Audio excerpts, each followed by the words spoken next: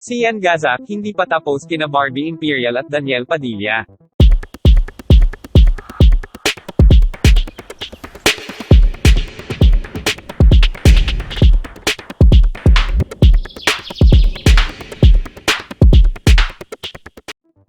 Carla Estrada ipinagtanggol ang anak. Tinanong ng social media personality na si Sian Gaza ang actress host na si Carla Estrada kung may nangyayari sa pagitan nina Daniel Padilla at Barbie Imperial. But before we continue, please huwag kalimutan mag-subscribe sa aming channel, at i-hit ang notification bell para di mahuli sa mga updates ng paborito mong artista. Sinimulan ni Sian ang isang thread ng nakakaintriga na mga post sa kanyang Facebook account. Kumbaga, ang kanyang mga post ay sinusubukang gumawa ng intriga sa pagitan nina Daniel at Barbie dahil ito ay nakita sa bahay ni Carla noong Desyembre. Si Barbie ba yung nasa likod ng mom ni DJ? Isinulat niya sa caption ng kanyang post. Sa comment section, sinabi ng social media personality, "May alam ako." At umani ito ng mahigit 1,000 reaksyon mula sa mga netizens. Dahil dito, naging trending topic na naman sa social ang pangalan ni Sian Gaza. Sa Twitter, binatikos siya ng mga Katnill fans na hindi raw niya kayang banggain ang sikat na celebrity couple. Narito ang mga ilang komento ng mga fans. Sian Gaza, sa lahat ba naman ng artista, sikat at DJ pa talaga? I know in my heart that Katnill will last forever and no one can break that relationship. Including Catherine Bernardo in your gossip. Talaga ba Sian Gaza? Katnill pa talaga? I'm waiting for them to sue you. Lols. Waking up with this issue about Sian Gaza. Attacking Katnill with his so-called "may alam ako." Like WTF Katnill pa talaga? Spread them fake news won't do good to you. Fuck off and leave Katnill alone.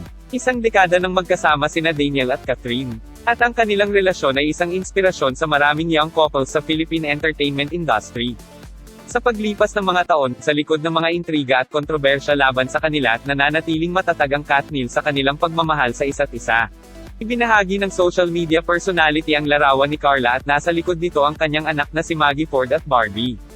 Gayunpaman, binatikos ng mga tagahanga ni Daniel at ng kanyang girlfriend na si Catherine Bernardo ang mga nakakaintrigang post ni Sian Gaza. Close daw si Barbie kay Maggie at iyon ang dahilan kung bakit nasa bahay ni Carla ang aktres. Binigyang din ng fans na noong panahong kasama ni Barbie si Maggie, wala si Daniel dahil abala siya sa kanyang MMFF 2021 movie na Kun Mao Pay Man It Panahon. Sa kabila ng paglilinaw ng Katnill fans, pati na rin ang mga batikos na natanggap ni Sian, nag-share siya ng recent post tungkol kina Daniel at Barbie. Nitag niya ang Facebook account ni Carla Estrada at sinabing wala siyang balak na sirain ang kanyang anak. Sinabi pa ni Sian na nirerespeto niya si Daniel. "Wala po akong balak siraan yung anak niyo dahil mataas po ang respeto ko sa mga lalaking kamukha ko," he said. Sabi ng social media personality, may gusto lang siyang linawin at itinanong niya ang mga tanong na ito. "Ang nais ko lang po ay malinawan. Ano pong ginagawa ni Barbie sa bahay nyo? May namamagitan po ba sa kanilang dalawa ni DJ?" At huling post nga ni Sian Gaza sa kanyang Facebook ay, "Moral of the story, huwag na huwag mong hahayaang masilip ng ibang tao yung phone screen mo. Dahil yung mababasa nilang private message dito ay maaaring may chika sa iba." Tapos pasa-pasa na hanggang makarating kay Sian Gaza. Last November, galit na galit si Barbie Imperial kay AJ Rebol dahil hindi to nagbigay ng opposing statement tungkol sa chismis na ipinamalita ko about sa past nila ni Diego Loizaga. 6 weeks later, si Barbie naman ang nasangkot sa issue ng Katnill. Pinili niyang manahimik at huwag magsalita. At least alam na ni Barbie ngayon kung ano yung sitwasyon ni AJ last time. Hindi mo talaga lubusang mauunawaan ang isang bagay hanggat hindi mo to nararanasan first hand. Kitang-kita din nating lahat kung paano ako hinandle ni Catherine Bernardo at Daniel Padilla in a very professional manner, kabaligtaran ng pag-handle sa akin ni Barbie. Ang tanong ng bayan ngayon, ano yung nasilip na message sa phone ni Barbie? Ito ba ay galing kay DJ? Patutsyada pa ni Sian sa huling post niya sa FB. Mga ka-Showbiz Watch, gusto naming marinig ang inyong mga saloobin at reaksyon sa ating paksa ngayon. Huwag kalimutan i-type ang inyong mga comments sa ating comment section below.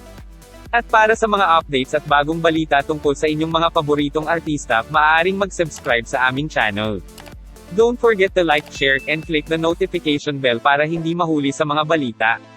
Thank you for watching.